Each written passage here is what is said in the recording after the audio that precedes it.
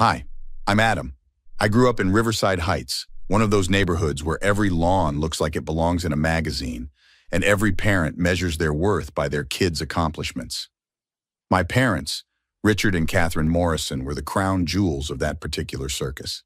Adam, sweetheart, come sit down, my mother called from the dining room one evening during my senior year of college. Your father and I want to discuss your future. I walked in to find them sitting side by side, looking like they were about to deliver a corporate presentation. My dad had his reading glasses on, which meant he was in serious mode. What's up? I asked, sliding into a chair. We've been thinking about your career path, Dad said, tapping his fingers on the table. You're graduating in 3 months. Have you given any more thought to law school? I've told you guys already. I want to start my own construction company. I've been working with Mike's crew every summer, and I'm good at it. I love it. My mother's face tightened. Construction? Adam, we didn't pay for 4 years at Stanford so you could swing a hammer. It's more than swinging a hammer, Mom. It's design, management, client relations. It's beneath you, she interrupted. Your father is a partner at Morrison & Associates. I'm on the board of 3 companies. We have a reputation to maintain. My reputation or yours? Dad leaned forward. Don't take that tone. We're offering you an incredible opportunity. Join my firm, and in 10 years, your name will be on the door, too. I don't want my name on a law firm door. I want to build things, create something with my own hands. Then you'll do it without our support, Dad said flatly. I laughed. Are you serious right now? Completely serious, Mom chimed in. We've invested hundreds of thousands in your education, Adam. We expect a return on that investment. A return? I'm your son, not a stock portfolio. Watch your mouth, Dad snapped. Here's how this works. You either go to law school, we'll pay for it, of course, or you're on your own, completely. No more tuition money, no more allowance, no more apartment rent, no more car insurance, nothing. My stomach dropped. You're blackmailing me. We're teaching you about choices and consequences, Mom said, her voice sickeningly sweet. Choose wisely, darling. I can't believe this, I muttered. Believe it, Dad said. You have until graduation to decide. Law school or nothing. Your choice. I stood up, my chair scraping loudly against the floor. Then I choose nothing. I'd rather be broke than be someone I'm not. You'll regret this, Mom called after me. The only thing I regret is believing you actually loved me for who I am. 3 months later, I walked across that stage with my degree, packed my stuff, and moved into a tiny studio apartment on the wrong side of town. My parents didn't attend graduation. My younger sister, Emma, met me at a coffee shop the day after. She was only 16, still trapped under their roof. Are you okay? She asked, her eyes red. I'm fine, Em, really. They've been horrible since you left. Mom keeps saying you'll come crawling back. That's never going to happen. I know, she said quietly. I heard them talking last night. Dad said you were dead to them. Mom agreed. They told me I'm not allowed to help you or even talk to you. And yet here you are, she smiled sadly. You're my brother. I don't care what they say. You need to be careful. I don't want you getting cut off too. I'm counting down the days until I turn 18, she said. 2 more years and I'm free. But Adam, make them regret it. Show them they were wrong about you. Oh, I plan to, I said. I definitely plan to. 5 years later, I was standing in my new office, looking at the skyline. Morrison Construction had completed 15 major projects, employed 43 people, and had contracts worth $8 million. I'd done it without a penny from them. My business partner, Marcus Chen, walked in holding his laptop. You're going to want to see this. What's up? Remember how I've been monitoring property sales in your old neighborhood? That house next to your parents just hit the market. My heart started racing. The Hendersons' place? Yep. They're moving to Florida. Asking price is $1.2 million. I grinned. Can we afford it? We just closed the Riverside Plaza deal. Your cut alone is $1.5 million. You could buy it in cash. Then let's do it. Marcus hesitated. Are you sure about this? Living next to them seems like torture. Oh, it'll be torture all right, but not for me. The next day, I met with the Hendersons' real estate agent, a nervous woman named Patricia. Mr. Morrison, I have to ask, your parents live right next door. Are you aware of that? Very aware. That's why I'm buying it. I see. Well, the sellers are motivated. They want a quick close. I can close in 2 weeks. Cash offer, no contingencies, $50,000 over asking. Her eyes widened. $50,000 over? I want this house, Patricia. Make it happen. 2 weeks later, I owned the property. I hadn't told my parents yet. Emma was in college now, full scholarship, thankfully, and she was visiting for the weekend. "You actually did it," she said, standing in my new living room. "I told you I would. They're going to lose their minds. That's the point. Did you know they told everyone I was a failure? That I dropped out and became a day laborer?" "I heard. The Johnsons asked me about it at the country club. I told them you owned a multi-million-dollar company." "How'd they react?" "Mom yanked me away before Mrs. Johnson could respond. Then she screamed at me in the car for an hour about family loyalty." "I'm sorry, Em." "Don't be. Someone needed to tell the truth. They've been lying about you for 5 years." My phone rang. Marcus's name flashed on the screen. "What's up?" "Your mom just called our office. She's asking if we're the same Morrison Construction that's doing the Riverside Plaza." I didn't confirm anything. "Perfect. Let her wonder." Emma laughed. "This is going to be epic." "Just wait. I'm having a Morrison Construction sign installed on my lawn tomorrow, right where they can see it from their kitchen window." "You're evil." "I learned from the best." The next morning, I was supervising the sign installation when my father stormed across the lawn. "What the hell do you think you're doing?" he shouted. "Installing a sign on my property. Problem?" He stopped dead, his face going pale. "Your property? You bought the Henderson house?" "Sure did. We're neighbors now, Dad. Isn't that exciting?" "This is a joke. You can't afford this house." "Actually, I paid cash. $1.25 million. No mortgage, no debt. How's yours looking, by the way?" His jaw clenched. "You have no right." "I have every right. This is America. I bought a house in a nice neighborhood. Isn't that the dream?" Mom appeared on their porch. "Richard, what's happening?" "Your son bought the Henderson house." She clutched the railing. "That's impossible. He doesn't have that kind of money." "Want to see the deed?" I called out. "It's public record." Marcus pulled up in his truck, climbing out with a wide grin. "Sign looks great, boss. The crew will love seeing this." "Adam, we need to talk," Dad said. "Inside, now." "Sorry, but I don't take orders from you anymore. Haven't for 5 years." "Don't be childish."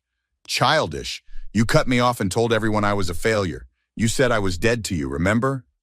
Mom walked over, her heels clicking on the pavement. "We may have been hasty. We're willing to discuss things." "Discuss what exactly?" "Reconciliation," she said carefully. "Family is important."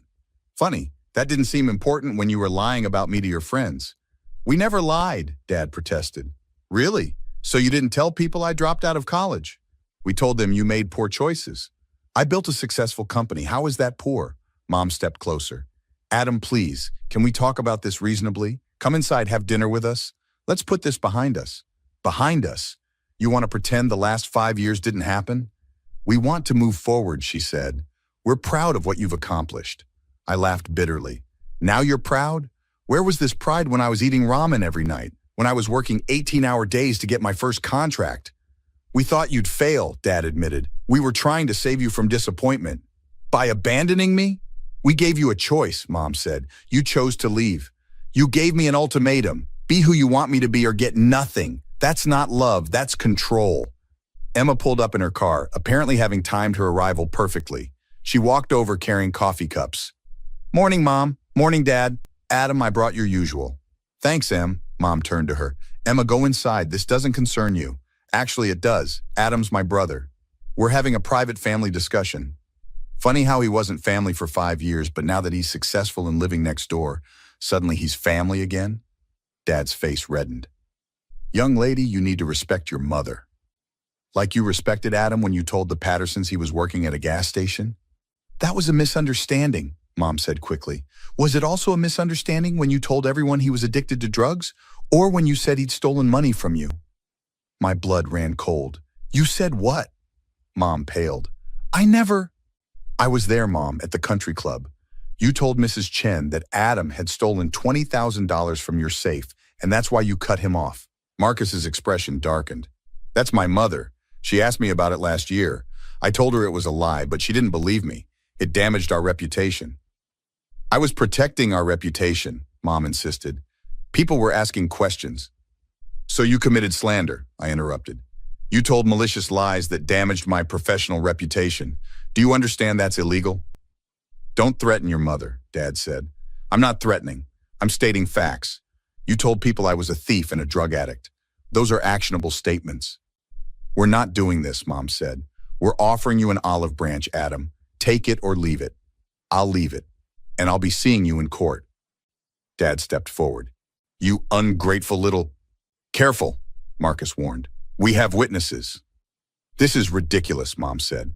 We're your parents. We raised you. We deserve respect. You deserve exactly what you gave me. Nothing. Fine, Dad snarled. Stay in your little house. Play builder. But don't think for 1 second that you belong in this neighborhood. Everyone here knows what you really are. And what's that? A nobody trying to be somebody by buying his way in. At least I bought my way in honestly. How are your finances, Dad? I heard Morrison and Associates lost 3 major clients last year. Something about ethics violations? His face went purple. How dare you? How dare I what? State facts? Emma, did you tell him about my research? Not yet, she said sweetly. Research? Mom asked nervously. Public records are fascinating, I said. Property liens, tax lines, credit reports, all public information. You're bluffing, Dad said, but his voice wavered. Am I? Want me to mention the second mortgage you took out last month or the lawsuit from the Hendersons about your property line dispute? That's why they moved, by the way. They were tired of dealing with you.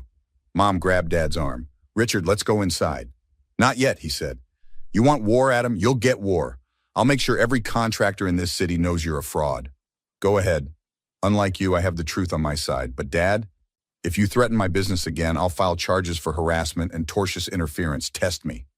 He stepped closer, his fist raised. You little... Touch him and I'm calling the police, Emma said, phone already in hand. Marcus moved between us. Mr. Morrison, I suggest you back off. Dad's hand was shaking. This isn't over. It is for today, I said. Get off my property. Mom was already pulling him toward their house, tears streaming down her face. Come on, Richard, just come inside. As they left, Dad turned back. You're dead to us. Again. For good this time. Promise? He slammed their front door hard enough that I heard glass rattle. Emma exhaled slowly. That went well. Better than expected, actually. Marcus, did you record that? He held up his phone. Every word. The lawsuit was filed within a week. My attorney, Sarah Brennan, was confident. The slander case is rock solid, she said in her office. We have witnesses to multiple false statements, and Mrs. Chen's testimony about the impact on your business reputation strengthens damages. What about the threats? Your father's threatening behavior, captured on video, supports a restraining order. I'm also filing harassment charges based on the incidents Emma documented. Will they settle? They'll try, but Adam, I need to know, are you willing to accept a settlement? Depends on the terms. They'll want a confidentiality agreement. They'll want this to go away quietly. No confidentiality. The truth needs to be public, she smiled. I was hoping you'd say that. The court proceedings took 3 months. My parents hired an expensive legal team, but the evidence was overwhelming. Emma testified about the lies she'd witnessed. Marcus's mother testified about the slander. The Hendersons testified about my parents' difficult behavior. The day of the verdict, I sat in the courtroom with Emma on one side and Marcus on the other. The judge looked at my parents. I find for the plaintiff on all counts. The defendants are ordered to pay $150,000 in damages, issue a public apology in the Riverside Heights newsletter, and maintain no contact with the plaintiff. A permanent restraining order is hereby issued. Mom started crying. Dad sat stone-faced. Outside the courthouse, reporters were waiting. Sarah had tipped them off. Mr. Morrison, how does it feel to win against your parents? One asked. It feels like justice. They tried to destroy my reputation because I didn't become who they wanted me to be. They lied about me, slandered me, and when I succeeded despite them, they threatened my business. This verdict shows that family doesn't give you the right to abuse someone. Do you have any message for them? Just this. I built my success without you, and I'll continue thriving without you. You bet on me failing, and you lost. 2 weeks later, I was in my backyard when Emma arrived. You'll want to see this, she said, handing me a newspaper. The front page of the Riverside Heights newsletter featured my parents' court-ordered apology. Below it was an article about Morrison Construction's latest project, a community center I was building for free. The Johnsons called me, Emma said. They want to hire your company to build their addition. So do the Pattersons and the Chens. Everyone who heard Mom and Dad's lies now knows the truth. Ironic, isn't it? It's karma. Oh, and the best part? Mom and Dad's house is going into foreclosure. They spent so much on legal fees that they can't make their mortgage payments. Where will they go? Don't know, don't care. They made their choices. A car pulled into my parents' driveway. A man in a suit got out and started posting notices on their door. Is that the bank? Emma confirmed. Foreclosure notices. They have 90 days to vacate. We watched from my porch as my mother opened the door and saw the notice. Even from a distance, I could see her shoulders collapse. Do you feel bad? Emma asked. For them, not even a little. They taught me that actions have consequences. I'm just making sure they learn their own lesson. Marcus joined us, carrying a bottle of champagne. Celebrating? The new community center contract came through. We're officially the top construction company in the region. Because of your work ethic and integrity, Emma said. Everything they said you didn't have. I raised my glass. To building something real. To proving them wrong, Marcus added. To choosing yourself, Emma finished. We clinked glasses as my parents loaded boxes into their car across the lawn. My mother looked over once, her eyes meeting mine. I raised my glass to her and smiled. She looked away first. 3 months later, they were gone. I heard they moved to a small rental across town. My father's firm collapsed. My mother resigned from her boards. I bought their house at the foreclosure auction. What would you do if your parents tried to control your life with money? Have you ever had to choose between family and following your dreams? Let me know in the comments below, and don't forget to like and subscribe for more true stories about standing up for yourself.